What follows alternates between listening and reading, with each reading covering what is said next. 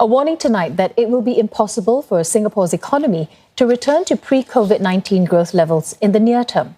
Trade and Industry Minister Chan Chun Sing has told CNA the government's focus now is to reduce unemployment and business closures. Brandon Tanoto with more. Plans are in the works to create jobs for fresh graduates and workers displaced from industries hit hard by the pandemic. We will see how we can increase the creation of employment both in the public and the private sector. This will be a combination of various plans. It could be a combination of hiring temporary staff to help out with the COVID management across the country. It could be converting some of the workers in some of the previous industries into new jobs. And it could also be the government taking measures to hire new graduates or new middle-aged people, train them up in anticipation of releasing them back to the economy when the economy recovers in the next year or so. So we need a combination of different policies to help different group of workers to make sure that the unemployment doesn't spike. These temporary positions include swabbers or supervisors at quarantine or care facilities. Jobs are also needed in the ICT and logistics sectors as more work from home and use delivery services. Recent Manpower Ministry estimates show overall unemployment rates climbing from 2.3% in December to 2.4% in March. Still, the rates lower than the high seen during the SARS period and the 2008 global financial crisis.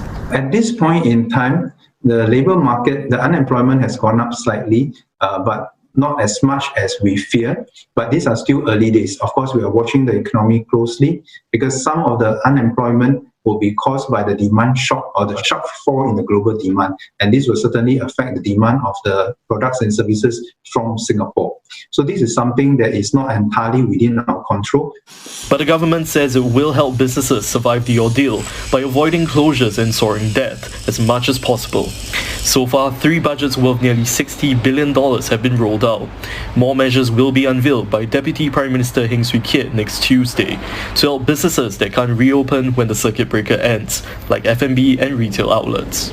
If some of the companies can come up with new business models or adjustments to lessen the risk of transmission during their C2C transaction or the B2C transactions, then it will allow us to resume some of these activities earlier for the next phase. When asked if a new wave of community cases could mean businesses are forced to close doors again, Mr. Chan said that's what safe management measures at the workplace are for. That's why it is so important for us to put in place all the safe entry measures, the contact tracing measures, the safe distancing measures, safe work environment, safe accommodation, safe transport. So all these are measures that we have a collective responsibility to uphold so that we can really isolate the cases if ever there is a outbreak again at any one particular place without shutting the whole economy. Looking ahead, Mr. Chan warned where the economy will go next depends on the global situation and how rising protectionism is managed. Some people may be drawing the wrong conclusions on how to build up the resilience of their supply chain.